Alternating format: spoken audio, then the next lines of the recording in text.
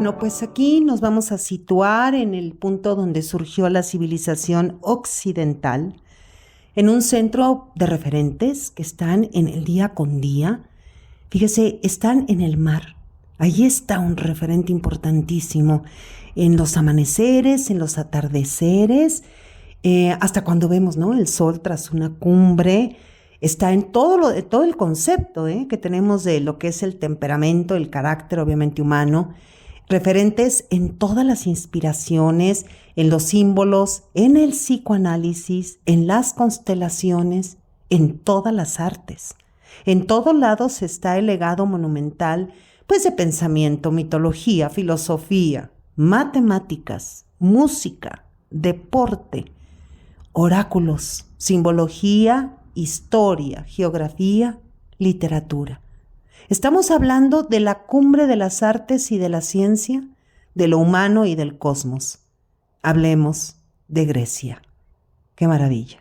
¡Qué maravilla es Grecia! ¡Qué maravilla es este tema! Es interesantísimo, es apasionante, es ensoñador, es maravilloso. Es maravilloso hablar de Grecia, porque Grecia generó una cantidad de civilizaciones.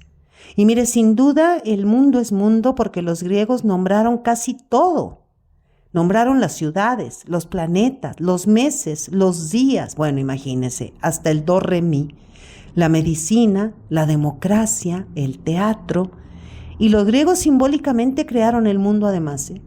Crearon nuestra forma de pensar, de mirar, de razonar, de crear, de hacer arte, de comprender lo sagrado y la naturaleza, el macro, el microcosmos, lo fractal, la retórica, la poética, la escultura, la hermenéutica.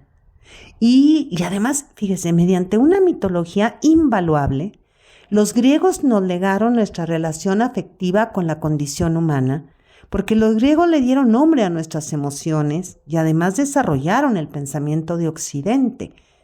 Grecia es el espejo eterno situado en cada rincón. En Grecia nos miramos, en Grecia nos pensamos a sí mismos y sí mismas, nos preguntamos. Grecia es el sedimento de los grandes y enormes clásicos literarios, de la interpretación de los sueños y del temor a la muerte, de nuestras fantasías y de lo lúdico y de lo grandioso. Es que Grecia es interminable. Grecia es vastísima, es inabarcable. Y los griegos nos enseñaron a pensar, nos enseñaron a preguntar, nos enseñan a imaginar. Es una civilización, pues, que habitaba en un territorio muy pequeñito, pero con una tremenda, enorme, gran capacidad para comprender el cosmos y lo humano. Mire, los griegos crearon genealogías mitológicas, itinerarios filosóficos, recorridos históricos, y bueno, sabemos que su legado tiene recorridos por todas partes, porque los griegos pensaron y pensaron, se dedicaron a preguntarse y a imaginar en la Hélade. Qué maravilloso nombre, ¿verdad? Hélade. Así se llama el lugar donde habitaban los helenos. Y los helenos son los griegos. Y recordé lo de la Hélade porque además también los griegos nos legaron la cartografía, que es una cosa maravillosa y que precisamente por eso estamos hablando de los recorridos, ¿no? Hay una especie de recorrido, ¿no?, simbólico, una cartografía simbólica, donde están precisamente los helenos, donde están los griegos. Bueno, los griegos son un conjunto de pueblos que se fueron mezclando. Se mezclaron aqueos, se mezclaron eolios, dorios y jonios. Y esos 4 pueblos, aqueos, eolios, dorios y jonios, pues van a conformar lo que va a ser Grecia, porque mire, ningún pueblo surge de una sola cepa, toditos los pueblos, todas las civilizaciones, todas las culturas son mezclas y son fusiones. Y en este caso los griegos, además, son la síntesis del pensamiento hindú y del pensamiento persa. Pero bueno, claro, más su propia e inigualable cosecha. Y alrededor de ellos, pues hubo muchísimo misterio, lo sigue habiendo, porque la mayoría de lo que es el mundo griego, pues lo encontramos en los mitos, lo encontramos en las leyendas, en lo que en lo que fue, ¿no? Y es de alguna manera importantísima la tradición oral, ese de boca en boca, ¿no? Eso de generación en generación, y sabemos que los mitos y las leyendas no pueden verificarse ni con un libro, ni con un diccionario de mitos, ni con una excavación que dé soporte a la validación, ¿no? Y bueno, aquí cabe preguntarse, ¿son reales las historias contenidas en la Ilíada y la Odisea? Lo fueron para los romanos, porque el pensamiento griego se va a preservar a través de Roma y la Edad Media va a tomar este pensamiento desde el punto de vista cristiano. Bueno, la prueba de la existencia de las historias contenidas en la Ilíada y la Odisea nos la quiso brindar un alemán en el siglo XIX que le dio por una locura. La cosa más impresionante, ¿no? Descubrir Troya. Así que, pues mire, con la Ilíada bajo el brazo, Heinrich Schliemann dedicó todos sus recursos, todo su dinero, porque el hombre era millonario, y toda su energía a descubrir la mítica ciudad cantada por Homero. Y Schliemann fue el primer arqueólogo aficionado en pasar a la historia, pero estamos hablando de un aficionado. Y Schliemann recorrió Turquía, decíamos, con un ejemplar de la Ilíada bajo el brazo, así como también nos imaginamos a Alejandro Magno, ¿no? Con el sueño de encontrar, pues, a la mítica Troya y de volver a la vida a los legendarios héroes que tanto nos encantan, ¿no? Esos héroes maravillosos que combatieron en feroces batallas ante las imponentes murallas de la vieja Ilión. Ilión es Troya. Bueno, este nombre, Heinrich, este hombre, porque luego en la grabación a veces no se escucha o no se distingue bien, este hombre, Heinrich Schliemann, fue pues, una mezcla de loco soñador y además de genio que desarrolló métodos de investigación que aún son muy utilizados hoy en día por la arqueología. Mira, le cuento. El amor de Heinrich Schliemann por Troya empezó a fraguarse, dijéramos, ¿no? En 1829, su padre le regaló una historia ilustrada de la humanidad y pues imagínense, si es historia ilustrada de la humanidad, ¿no? Pues entre los capítulos del libro estaba ahí el auge y la caída de Troya. Y bueno, esto está registrado en los diarios de viaje del enamorado y aficionado a la arqueología, ¿no? Bueno, y la historia de la guerra de Troya no estuvo exenta, y todavía no está, ¿no?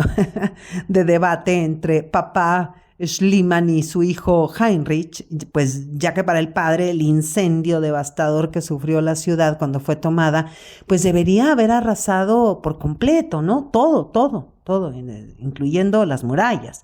Pero para Heinrich, ese incendio, como lo leía él en ese libro que le regaló el padre, como estaba ahí descrito, pues no tendría por qué haber derrumbado las murallas de Troya. Ya en otro podcast hablaremos quién hizo las murallas de Troya, según el mito de fundación de Troya. Bueno, en todo caso, estas potentísimas, ¿no?, fortificaciones, pues habrían sido vencidas por el tiempo, según Heinrich, pero no por los hombres. Bueno, entonces Heinrich Schliemann, que era, ya lo dijimos, era un hombre rico, pues viajó a Ítaca en 1868, pero bueno, asegurando que era la Ítaca de Homero, la patria de Odiseo. Y allí conoció a Frank Calvert, que por entonces, bueno, era cónsul británico en los Dardanelos. Ya le diré qué son eso de los Dardanelos. Y además, fíjese, este hombre, Frank Calvert, era además propietario, qué cosa más extraña, ¿no? Propietario de la mitad de la colina Hisarlik, que está actualmente, bueno, que en la actual Turquía, ¿no? Y bueno, y este es un lugar donde algunos estudiosos de la época situaban la posible ubicación de Troya. Y ahí comenzaron las excavaciones. En 1873, la expedición pues obtiene su primer gran éxito al desenterrar un gran tesoro de objetos de oro y plata, y este sensacional descubrimiento fue bautizado por Schliemann como el tesoro de Príamo. Príamo, estamos hablando del mítico rey de Troya. Entonces se encontraron objetos de cobre, plata, oro, y fíjese, muy extraño porque dentro de una ánfora Aparecieron diademas, anillos, pulseras. Bueno, nadie sabe si ese tesoro perteneció realmente a Príamo, pero en el corazón y en la imaginación de Schliemann, pues no había ninguna duda. A tal grado, por ejemplo, de que las diademas, ¿no? Es el ejemplo. Pues para él, quizá, ¿no? Habrían sido usadas por Helena de Troya o por Hécuba o por Andrómaca. Bueno, después, en 1876, en Micenas, el equipo de Schliemann desenterró una máscara de oro que Schliemann, eufórico, ¿no? Imagínense qué emoción, atribuyó al mítico rey Agamenón. El rey lo sabemos, el rey, el líder, ¿no? De la expedición griega contra Troya. Agamenón es el hermano de Menelao, el rey de Esparta. Menelao pues es el despechado marido de Helena, que primero era Helena de Esparta y después fue Helena de Troya, y que sabemos que por esta causa pues se desató el tremendo conflicto bélico, según Homero, ¿no? Y bueno, volvemos a lo mismo. Vaya usted a saber si esa máscara de oro perteneció o no a Agamenón. Pero pues para el aficionado arqueólogo alemán enamorado de Troya, pues claro que sí, claro que esa máscara pertenecía a Agamenón o perteneció a Agamenón, ¿no? Bueno, a la fecha se han encontrado en la colina de Hisarlik, en Turquía, la existencia de 9 Troyas. ¡Qué maravilla! 9 Troyas. 9 como ciudades superpuestas, una debajo de otra, y se dice que la Troya número 7 es como la principal candidata, ¿no? A ser la legendaria Ilión, ¿sí? La Troya cantada por Homero, la de la guerra de Troya. Bueno, Heinrich Schliemann falleció a finales de 1890. Sus restos yacen en un, pero muy, muy, muy suntuoso mausoleo en la ciudad de Atenas. Fíjese, Schliemann estudió, pero cada verso de la Ilíada. Es que así hay que estudiar la Ilíada, cada verso. Y Schliemann, bueno, estudió además cada punto de la batalla, cada punto de la destrucción, donde había colinas, donde había vientos. Entonces, bueno, de ser así, Turquía es Troya. Es, dijéramos, la tierra de Troya. Y Troya es Ilión. Y bueno, el nombre de Ilión proviene de Ilos, sin H, con la I latina, un rey mítico que fundó Ilión, por eso se llama Ilión, porque proviene de Ilos. Y bueno, Ilión es Troya, decíamos, que es el corazón simbólico de Asia Menor. Es la frontera, fíjese, invisible está situado, ¿no? Estas fortificaciones, ¿no? Este sitio arqueológico ahora de las 9 Troyas. Es como la frontera invisible entre Occidente y Oriente, porque está entre el mar Egeo y el estrecho de los Dardanelos, donde está el Bósforo, ahí en Turquía, entre Europa y Asia. Es el antiguo, los griegos le llamaban el Esponto, es el antiguo Helesponto de la Grecia clásica. Bueno, entonces parece que Troya sí existió en la colina de Hisarlik, y Hisarlik quiere decir lugar de la fortaleza. Ahora hay que tomar en cuenta que el descubrimiento de Troya fue en el siglo XIX, además por un alemán, y en pleno, imagínense, pleno romanticismo, o sea que Troya es parte de todo el pensamiento del romanticismo, es decir, de la modernidad. Y mire, los alemanes empiezan entonces a construir, empiezan a investigar todito el pasado de los griegos, y fueron los geniales románticos alemanes, bueno, que siguiendo a la poética de Aristóteles, iniciaron en el principio y descubren que el origen del pueblo griego, que su matriz, que la célula primera de nuestra cultura occidental, está situada en la isla de Creta. Y claro que los alemanes, que no son pero nada tontos, inmediatamente, ¿no? Empiezan a investigar, se remiten a la mitología, al mito fundante, al mito del Minotauro, el primer monstruo, y fíjese que lo digo entrecomillado, ¿no? Por decirlo de algún modo, y ya desde aquí nos situamos en los seres mitológicos y monstruosos que aparecen en la Odisea. Le cuento, mire, el mito del Minotauro es quizá, y lo sabemos, uno de los más fascinantes de toda la mitología de la antigua Grecia. El Minotauro es fruto de la lujuria. O sea que todo esto es muy simbólico. la lujuria de la reina Pasífae y un hermoso toro blanco enviado por Poseidón.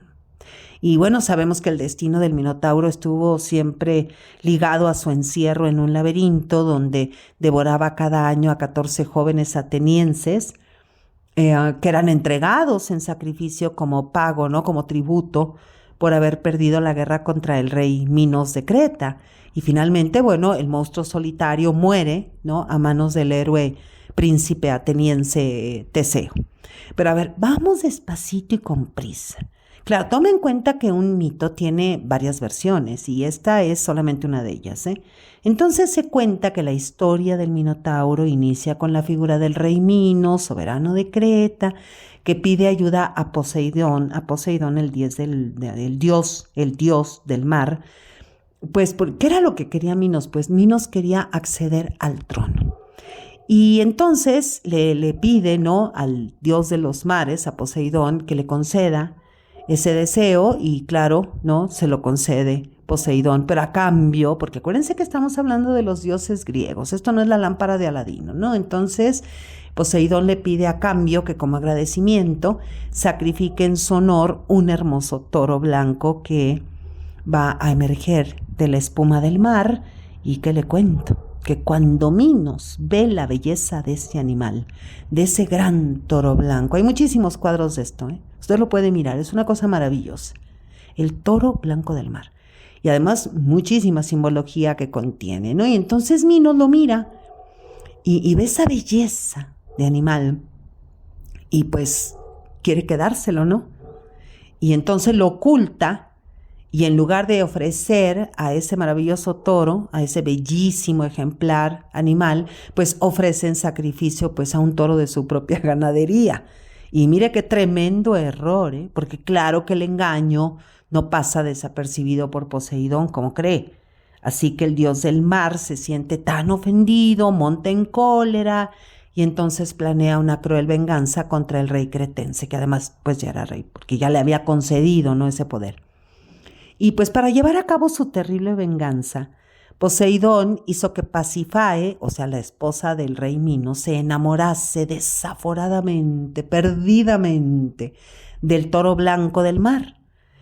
Mire, Pasífae deseaba tanto al toro blanco que la reina pide ayuda a Dédalo, el arquitecto real, para que le construya un artificio, un armazón de madera recubierto con una piel de vaca, para que Pasífae se introdujera, ¿no?, en el interior y pues el toro se sintiera atraído.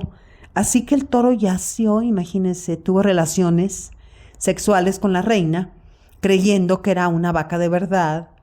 Esto es pura simbología.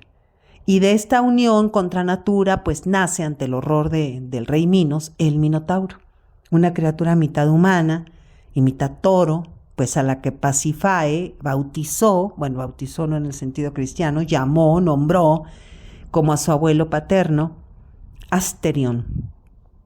O sea que el Minotauro se llama Asterión.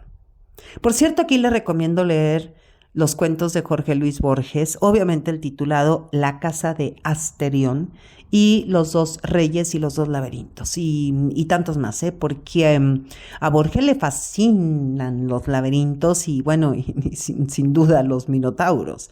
Ahí también le recomiendo, y esto es imperdible, el drama lírico titulado Los Reyes, escrito por el irrepetible Julio Cortázar. Bueno, sigo porque si no voy a terminar hablando de Cortázar, ya que estamos con los griegos. Entonces el rey de Creta, furioso, acude a Dédalo para que construya un complejo laberinto donde el monstruo, el Minotauro, pues debería permanecer prisionero para siempre. Pero mientras Dédalo construye el laberinto para encerrar al Minotauro, uno de los hijos de Minos, Andrógeo, fue asesinado en Atenas, pues después de participar, esto por envidia, después de participar en una competencia olímpica, pues en la cual Andrógeo resultó vencedor y enfurecido por la muerte de su hijo, Minos declara la guerra a los atenienses. Entonces el rey cretense ataca a Atenas, lo que ya dijimos, y además cuenta con la ayuda de una terrible peste, ¿no?, que asolaba en aquel momento la región, y logra conquistar la ciudad. Y entonces Minos ordena posteriormente a los atenienses la entrega de los 7 jóvenes y las 7 doncellas cada año, para darlos como alimento al Minotauro. Hasta que finalmente, bueno, ya se dijo y se vuelve a reiterar, el príncipe Teseo, hijo del rey Egeo de Atenas, se ofrece para ir y matar al Minotauro, al monstruo, ir a Creta, ¿no? Y entonces Teseo llega a la isla, ¿y qué cree que pasa? Que la hija de Minos, Ariadna, se enamora perdidamente de él. Y a cambio de que se case con ella, Ariadna le ofrece a Teseo un ovillo de lana para que Teseo pudiera salir del laberinto, después, obviamente, de vencer al Minotauro. Bueno, mire, lo que sigue es muy, muy triste, ¿eh? Porque Teseo se lleva a Ariadna, pero la abandona en la isla de Naxos mientras Ariadna descansaba, mientras dormía, porque iban de regreso a Atenas. Y entonces cuando Ariadna despierta, pues ya no está Teseo. Y ya no está el barco de Teseo. Ahí la dejó abandonada Teseo. Y Ariadna lloró y lloró hasta que la encontró, pues nada más y nada menos que el rey Dioniso y el dios, que la encontró el dios Dioniso, y el dios Dioniso pues se casó con ella. Y pues le fue mejor, ¿no cree? Porque entre un héroe y un dios pues hay un tremendo abismo. Bueno, el Minotauro obviamente es un auténtico símbolo, ¿no? Es un tremendo símbolo de la soledad, de la desesperanza. Asterión es un monstruo, sí, pero también es una víctima de los actos del poder, de la soberbia del rey Minos, del engaño incluso, de la lujuria. Es una víctima. Es un símbolo de soledad, decíamos, pero también de la compasión, ¿no? Y de los abusos, del poder, de los excesos del poder. Estamos hablando de la ibris griega, el exceso de soberbia. ¿Y sabe por qué le he contado el mito del Minotauro? Pues porque en este mito ya están presentes algunas temáticas de la Odisea, el viaje de regreso a Ítaca del rey Odiseo, quien fue astuto en la guerra. Pero mire que le cuento, bastantito erróneo en el regreso. Es el castigo a la soberbia, decíamos la llamada ibris, la arrogancia, el castigo a la arrogancia, el castigo al orgullo desmedido. Y bueno, quizá el hilo de Ariadna pudiera ser la ruta de regreso, el regreso al sí mismo es el laberinto, el Minotauro, ¿no? Serían todos los monstruos que van a aparecer en la Odisea. Bueno, hay muchísima simbología aquí de por medio, entre más, ¿eh? Y también hay un tema homérico en el mito de Ícaro, el hijo de Dédalo, y en el mito de Teseo. Y en una de tantas versiones del mito se cuenta que Dédalo y su hijo Ícaro quedaron atrapados en el laberinto, y a Dédalo se le ocurre hacer unas alas con plumas de pájaros y cera de abejas, ¿no?, pegadas con la cera, con las que podía escapar volando así, ¿no?, del salir del laberinto, ¿no?, y salir también de Creta. Pero pues antes de salir, Dédalo le advierte a su hijo Ícaro que no volara demasiado alto, porque si se acercaba al sol, pues la cera de sus alas se iba a derretir, y también le advirtió que no volara demasiado bajo, porque las alas quizás se podían mojar con el mar, con las olas del mar, y se iban a hacer como muy pesadas, ¿no?, para seguir volando. Fíjese cómo los griegos todo el tiempo se refieren a la mesura, ni cerca del sol ni cerca del mar. Es decir, la mesura es el punto medio. ¿Pero qué cree? Que Ícaro voló demasiado alto, se acercó tanto al sol que se derritió la cera que sujetaba las plumas de sus alas.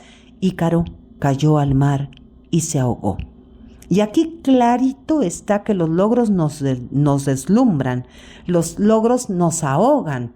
Así como Odiseo lo deslumbró el logro, ¿no?, de haber creado el caballo de madera, lo deslumbró tanto que se ensorbeció y casi a su regreso se ahoga, a su regreso a Ítaca, pues al igual que Ícaro.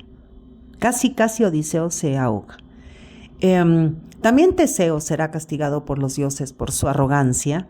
Y mire, le cuento, al regresar Teseo a Atenas, después de haber vencido al Minotauro y de haber abandonado a la pobre Ariadna en la isla de Naxos, Teseo pues olvida la petición de su padre. Su padre le había pedido que de regreso de Creta, si derrotaba al Minotauro, ¿no? Si es que lograba regresar, debía sustituir las velas negras de la nave, del barco, por unas velas blancas.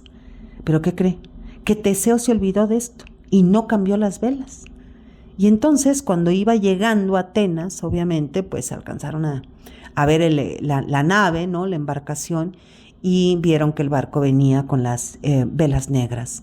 Y entonces el rey Egeo creyó que su hijo Teseo había muerto, creyó que había sido vencido por el Minotauro, y el rey Egeo se lanzó al mar de puro dolor y se ahogó. Y Teseo fue castigado por los dioses, por su ibris, por su soberbia, por su arrogancia, al igual que lo fue Odiseo en su viaje de regreso, porque Odiseo combatió en una guerra que no era suya, era una guerra de Menelao. El ofendido era Menelao, es Menelao, porque su mujer lo abandonó a él y además Helena de Esparta o Helena de Troya también abandonó a su hija Hermione para irse a París, con Paris a Troya. Y entonces, porque aquí en las traducciones dice, y entonces la raptó. No la raptó. O sea, Helena se fue encantada con Paris a Troya. Y también en cierto sentido, Odiseo es el culpable de la muerte de Patroclo, el amigo más querido de Aquiles, que usó su armadura y al confundirlo, pues Héctor lo mató. También Odiseo es culpable, en muchos sentidos, del suicidio de Áyax.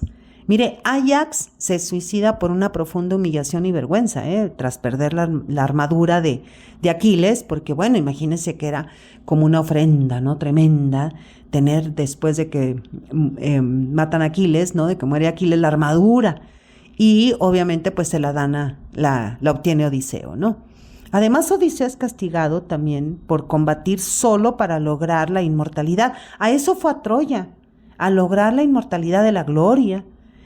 Odiseo quería convertirse en héroe de guerra porque sabía que era muy astuto. Y Odiseo abandonó su reino, abandonó a su gente, abandonó su pueblo, abandonó a su esposa, abandonó a su padre. Claro que los dioses lo iban a castigar. Mire, si la diosa Atenea no hubiera intervenido, Odiseo ahorita estaría en lo más profundo del mar y padeciendo los horrores más tremendos del Tártaro. El Tártaro es la parte más profunda, más sombría del Hades, es como un abismo. Entonces, mire, como mínimo, pues antes de leer la Odisea, bueno, que la Odisea tiene un inicio tremendo, ¿no? O sea, tremendo en el sentido de que no se nos olvida. Hay como una mnemotecnia, hay una magia, ¿no? Una magia mnemotécnica en estas obras. Háblame, musa, de aquel varón ingenioso que anduvo errante largo tiempo, después de haber destruido la sagrada ciudad de Troya, que vio los pueblos y conoció las costumbres de muchos hombres y sufrió en su corazón muchas penas sobre el mar, luchando por su vida y la vuelta de sus compañeros, y no pudo salvarlos a pesar de su deseo. Perecieron por su misma demencia, insensatos, pues se comieron los bueyes del sol, hijo de Hiperión, y éste les quitó el día de su regreso. Musa, hija de Zeus, cuéntanos algo de estas aventuras. Ah, qué maravilla es el inicio de la Odisea, compuesta por Homero en el siglo VIII. Bueno, eso se dice, deseamos que en esto no hay ninguna seguridad, ¿no? Y bueno, antes que nada, decíamos antes de leer la Odisea, pues hay que ir a estos tres mitos, pero mínimo, esto es mínimo. El mito del Minotauro, el mito de Dédalo e Ícaro y el mito de Teseo. Es que usted va a gozar que no se imagina. Bueno, estos mitos son mitos cretenses y mitos atenienses, pero es en Creta que nos situamos en el origen de la civilización griega. Estamos hablando de la cultura minoica cretense. O sea, míticamente o simbólicamente estamos hablando de la cultura, de la mitología que se va a desarrollar en Creta cuando ahí está el rey Minos, ¿no? Bueno, que se decía que todos los reyes, ¿no? Le decían Minos, es como un nombre genérico, como decíamos que los faraones, ¿no? Y bueno, Minos, quien gobierna Creta y fue quien mandó construir el laberinto. Pero la cultura griega tiene su origen en tiempos muchísimos más remotos, cuando surgen los dioses, ordenan el cosmos y establecen el orden. Le cuento. El origen de los dioses griegos se encuentra en el libro, en la obra La Teogonía. Estamos hablando de la obra más importante de Hesíodo, el poeta épico, escrita, más o menos decíamos, eso se dice, ¿no? Alrededor del 730 antes de nuestra era. Y la Teogonía tiene aproximadamente como 1000 versos épicos. Y bueno, en estos versos Hesíodo narra cómo surgen los dioses griegos desde el caos primordial hasta el establecimiento del poder de Zeus. Y el relato va siguiendo 3 generaciones divinas distintas. Primero, del caos emerge Gaia en la tierra, y Urano, el cielo, que se unen y engendran a los 12 titanes. Luego Cronos, que es el más astuto de los titanes, destituye a su padre Urano mediante la castración, tomando el control del cosmos. Finalmente Zeus derrota a Cronos en una guerra de 10 años, supuestamente 10 años, llamada Titanomaquia. Y así se establece el dominio de los dioses olímpicos, y los dioses olímpicos pues van a gobernar, dijéramos, ¿no?, todo el mundo griego para siempre. Y en pocas palabras, mire, la estructura de la Teogonía de Hesíodo, pues dijéramos que es un vasto árbol genealógico divino que se divide en un proemio, es decir, donde hay himnos, ¿no?, a las musas. Hay un cuerpo principal donde se narra la creación, desde la creación, ¿no?, desde el caos hasta el triunfo de Zeus.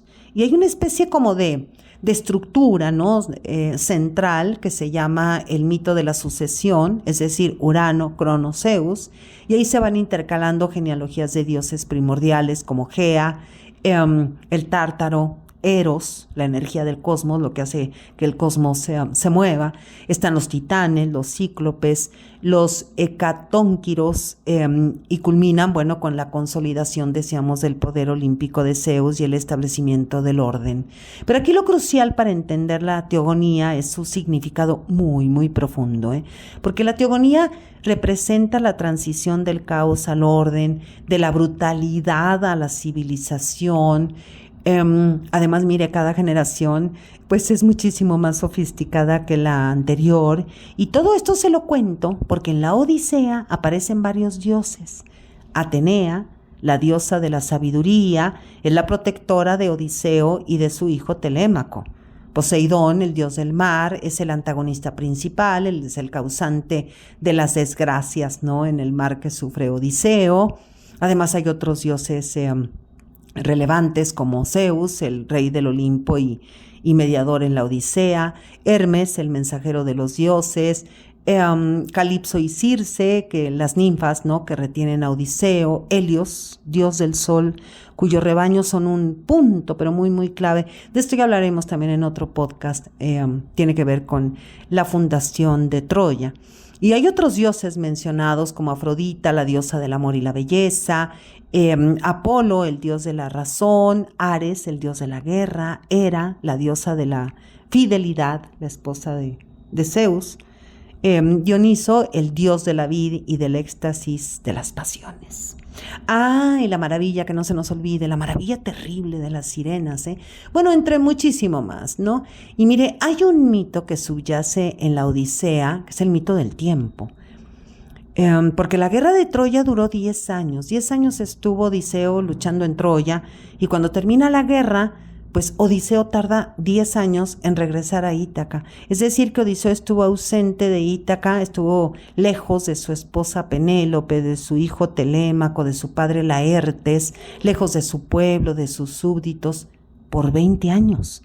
Y el tiempo es importantísimo en la Odisea. Y en la mitología griega, el origen del tiempo no es solo un dios, sino que está personificado primero por Cronos, que es el tiempo cósmico primordial, y este Cronos es importantísimo, porque fíjese, este Cronos, que no es el Cronos de Titane, esta personificación del tiempo cósmico, va a surgir junto con Ananke, que es la personificación de la necesidad, emerge del caos. El caos es la personificación del desorden. Y entonces ahí, ¿no?, se va a engendrar el universo a partir de un huevo cósmico y obviamente van a nacer las primeras deidades, la rotación del cosmos, decíamos. Entonces este Cronos está relacionado con la rotación del cosmos, Cronos, rotación del cosmos, del tiempo ilimitado, porque el cosmos es infinito, el cosmos todo el tiempo se está moviendo, ¿no?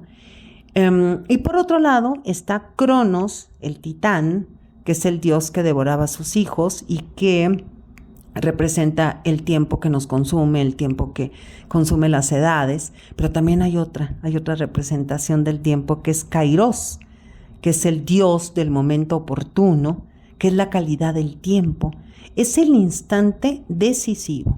Entonces, a ver, hay 3 personificaciones del tiempo. Cronos, que es el tiempo cósmico, el de la rotación del cosmos, ¿no? El cosmos tomado como, o visto más bien como infinito. Cronos, el titán que simboliza el tiempo limitado, como nuestra vida, ¿no? El tiempo que tenemos contado, el tiempo que nos devora, y además está Kairos, que es el tiempo de la oportunidad. Y en la Odisea, Kairos, el dios de la oportunidad o la representación de la oportunidad, es vital, porque Odiseo tiene que ser muy, muy hábil para poder salir inmune de todas las desventuras que tiene en el mar y poder regresar a Ítaca, ¿no? Bueno, vamos a ver un poquito de la estructura de la Odisea. Mire, la Odisea nos narra la vuelta o regreso. Vuelta o regreso se dice, se piensa, ¿no?, se entiende como nostos, en griego, nostos, cuya raíz pues la tenemos en la palabra nostalgia. Es decir, el tema es la nostalgia del héroe. Y nostalgia, nostalgia, significa dolor por el regreso o dolor por regresar a la patria, regresar al hogar. Y en este caso, pues Odiseo reencontrarse con su esposa Penélope, que se encuentra asediada por pretendientes. Bueno, esto obviamente no lo sabe Odiseo. Volver a ver a su hijo Telémaco, a su padre Laertes, a su pueblo, a su tierra y a su perro, porque aquí el perro Argos es una maravilla. Pero Odiseo pues también está preocupado por salvar la vida de sus compañeros en el viaje de regreso, en el Nostos, porque son su gente. Bueno, en los primeros versos de la Odisea se invoca a la musa para que inspire al poeta y para que el poeta nos cante las hazañas de aquel varón hábil de ingenios que destruyó Troya y que anduvo errante por el mar preocupado por salvar su vida y la de sus compañeros. Dice, de nuevo, en otra traducción: háblame, oh musa, del hábil varón que en su largo extravío, tras haber arrasado la sagrada fortaleza de Troya, conoció las ciudades y el genio de innúmeras gentes. Muchos males pasó por las rutas marinas, luchando por sí mismo y su vida, y la vuelta al hogar de sus hombres. Bueno, este inicio de esta tremenda obra, de esta gran obra, de esta enorme obra que es la Odisea, este inicio es inolvidable. Entonces, bueno, la Odisea está dividida en 24 cantos. Inicia en Ítaca, estamos hablando del canto del 1 al 4, se desarrolla en Ítaca, en Pilos y en Esparta. Ya este primer bloque, es decir, de los cantos 1 al 4, 4 cantos iniciales, se le llama la telemaquia, porque en estos primeros 4 cantos se narra que Telémaco quiere saber si su padre está vivo o muerto, está buscando al padre y entonces viaja primero a Pilos, donde se encuentra con Néstor, y luego viaja a Esparta para entrevistarse con Menelao, porque ambos fueron compañeros de guerra de Odiseo, y Telémaco pues quiere preguntarles, ¿no? ¿Dónde está su padre? Decíamos si Odiseo está muerto o si creen que sigue vivo. Pues es que han pasado 10 años desde que terminó la guerra y este Odiseo nada más no regresa. Bueno, a ver, sigamos. Del canto quinto al canto 12, pues hay un regreso al pasado. Es decir, hay una analepsis, ¿no? Se va a contar lo que ya sucedió.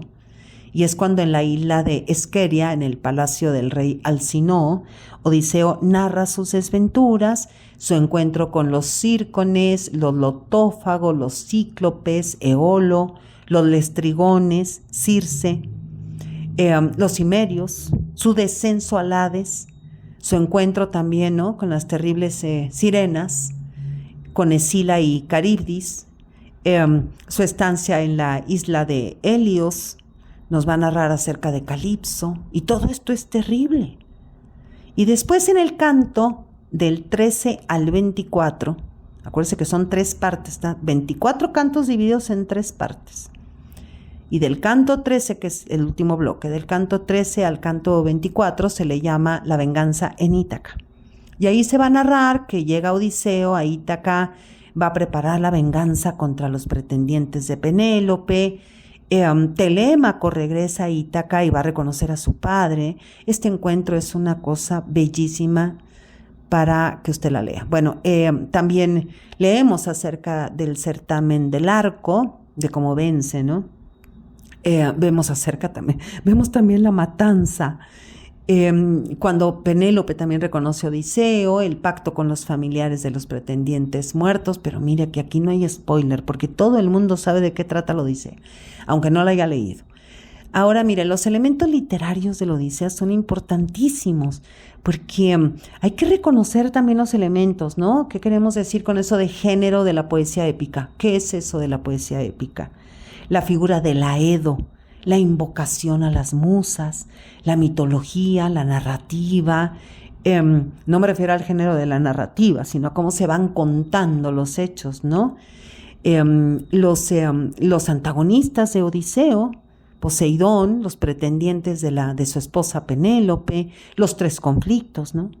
Este pobre Telémaco, ¿no? Que no conoce a su padre, que se fue cuando él era un recién nacido, dijéramos, y que va en busca del padre, pero también está la venganza de Poseidón contra Odiseo por su arrogancia, y la venganza de Odiseo contra los pretendientes que asediaban a Ítaca por medio de Penélope. Y bueno, el gran clímax, que casi siempre, y lo sabemos, y dijéramos que no casi siempre, es la develación de la identidad. Y también son muy importantes la intervención del presagio, Troya y los dioses, las imágenes, todos los recursos de imaginería, ¿no?, que usa Homero, las paradojas, los paralelismos, las metáforas, el símil, la personificación, y todo esto en los temas, unos temas, bueno, necesarios, hoy y siempre. Esos temas que nos hacen reflexionar acerca de qué es el hogar, qué es un viaje de regreso, qué es un viaje errante, qué es la fidelidad, qué es el ingenio y el disfraz, qué es la mujer, porque aquí están las diosas, las hechiceras, la esposa, las esclavas, qué es un error, qué es la soberbia, qué es la desmesura. También el concepto de hospitalidad, lo que entendemos en qué momento, ¿no?, el ser humano se deja llevar y se arrastra hacia la venganza. Bueno, ¿para qué le cuento acerca del poder de los dioses? Es que es vastísima la Odisea. Es la obra fundacional de la literatura occidental. En esta obra, bueno, vemos los valores universales y vemos un héroe, vemos a Odiseo, que es muy astuto, pero que no sabe cómo regresar a su casa, no sabe cómo regresar a su hogar, y que representa la búsqueda del conocimiento de la condición humana. Odiseo que realiza este viaje, y este viaje es una metáfora de la vida. es la superación de la arrogancia, es el retorno al sí mismo. Mire, es una obra que hoy es tan actual como lo fue en la antigüedad y en los siglos que la han visto pasar y en los tiempos que vienen. Soy Margarita Díaz de León, Literatura en Espiral.